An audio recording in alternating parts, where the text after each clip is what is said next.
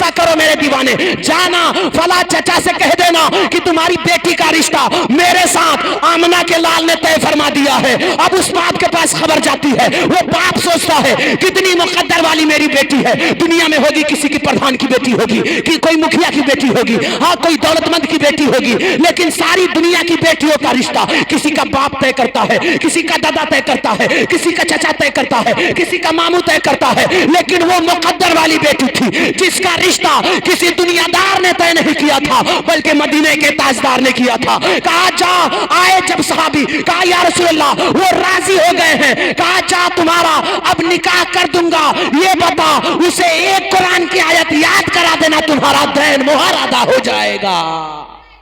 ہاں یہ سستا کیا آقا نے نکاح، کتنا سڑل ہے نکاح، 1 روپے کا خرچہ نہیں، ایک چھوہارا نہیں آیا، کوئی بریانی نہیں بنی، کوئی آرکیسٹرا کا پروگرام نہیں آیا، کوئی بینڈ پارٹی کا پروگرام نہیں آیا، آقا نے مفت میں صحابہ اکرام کو قرآن کے ذریعے نکاح فرما دیا۔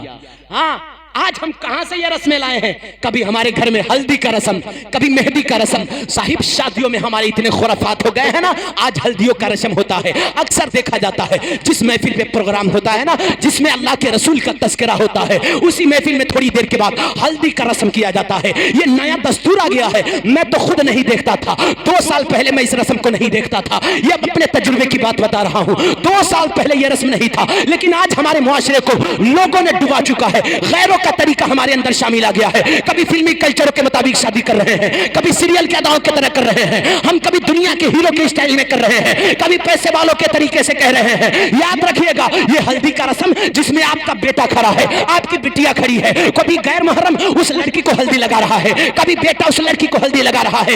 یاد رکھیے گا اس سے اچھی زندگی نہیں ہوگی، آپ کے گھر جنتی نہیں ہوگا، آپ کے گھروں میں دین کا ماحول نہیں ہوگا، اس سے تو بے حیائی بڑھیں گے، اسے آنکھیں زنا کرے گی، اسے ہاتھ زنا کرے گا، ہاں اسے بدن زنا کرے گی۔ یاد رکھیے گا اگر گھر کو جنتی بنانا چاہتے ہیں، ہاں اگر معاشرے کو جنتی بنانا چاہتے ہیں تو آپ کو فلمی کلچروں کو چھوڑنا ہوگا، تمام دنیا کے طاقتوروں کو چھوڑنا ہوگا اور یاری مدینے والے مصطفیٰ سے لگانا ہوگا، اور آپ کو اعلان کرنا ہوگا کہ سنت مصطفیٰ پہ ہے جینا میرا، کیسے ڈوبے گا سفینہ میرا، اور چیر کر دیکھ لو یہ سینہ میرا، دل ہے یا شہر مدینہ میرا۔ ہاں آپ سنت مصطفیٰ کے مطابق شادی کرو یار، غیروں کے طریقے کو گھر میں نہ آنے دو، غیروں کا رسم ہمارے گھر میں نہ آئے، علماء اکرام کی آپ عزت کرے، تعظیم کرے، جو کہہ رہے ہیں نا پھر یاد رکھیے گا اپنی باپ کی باتیں نہیں کہتے ہیں، جو بھی کہتے ہیں مدینے کے رسول پاک کی باتیں کہتے ہیں۔ ہاں یہ بتانے سے کوئی علماء کو فائدہ نہیں ہوتا ہے۔ ہر ہفتے میں آپ امام صاحب سے تقریر بھی سنتے ہوں گے، ہر ہفتے میں ممبر سے آپ کے نسلوں کو جنتی بنانا چاہتے ہیں، ہر ہفتے میں ممبر شریف پر کھڑا ہو کر کے آپ کے گھر کو جنتی ماحول دینا چاہتے ہیں۔ آپ ہر ہفتے میں کیا سنتے ہیں؟ لوگ جمعہ کے دن بھی ٹائم سے نہیں جاتے ہیں، اس وقت جائیں گے کہ جب امام صاحب خطبہ کے لیے کھڑے ہو جاتے ہیں۔ یار یہ شیطان اگر بری بات سننا ہو نا تو پھر بری بات سنانے کے لیے شیطان زبان میں شہد ملتا ہے، شہد اتنا خوبصورت ملتا ہے نا کہ آپ بری بات کو گھنٹوں سن سکتے ہیں، آپ کو پتہ نہیں چلے گا کہ میرا گھنٹہ ختم ہو گیا۔ لیکن اگر اچھی بات ہو نا تو شیطان اتنا روکتا ہے کہ آپ کو پتہ چلے کہ یار ابھی 2 منٹ باتیں سنا ہوں، ایسا لگ رہا ہے کہ کتنی دیر ہو گیا۔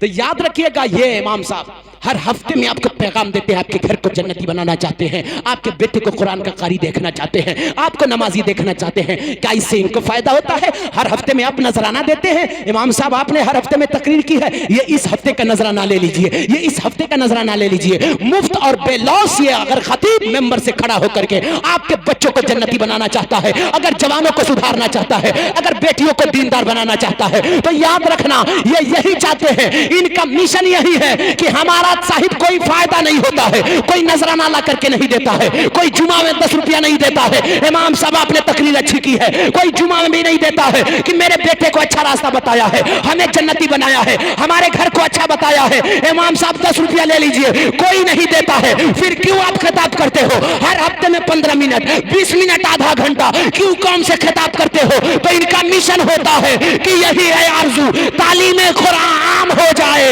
ہر ایک پرچم سے اونچا پرچم اسلام ہو جائے۔ ہاں آج ہم کہتے ہیں اسلام بدنام ہو رہا ہے، اسلام کو بدنام ہمارے وجہ سے اسلام بدنام ہو رہا ہے۔ صرف علماء کی ذمہ داری نہیں ہے، کہ اسلام بچا رہے، اسلام ہر گھر میں رہے۔ آپ کی بھی ذمہ داری ہے، اگر مذہب اسلام میں پیدا ہوئے ہیں تو تمام تر اسلامی قانون کو اپنانا ہوگا، ورنہ یاد رکھیے گا ہمیں اسلام میں تو زندگی گزرے گی لیکن صاحب وہ صرف کھوکھلا زندگی ہماری ہو جائے گی۔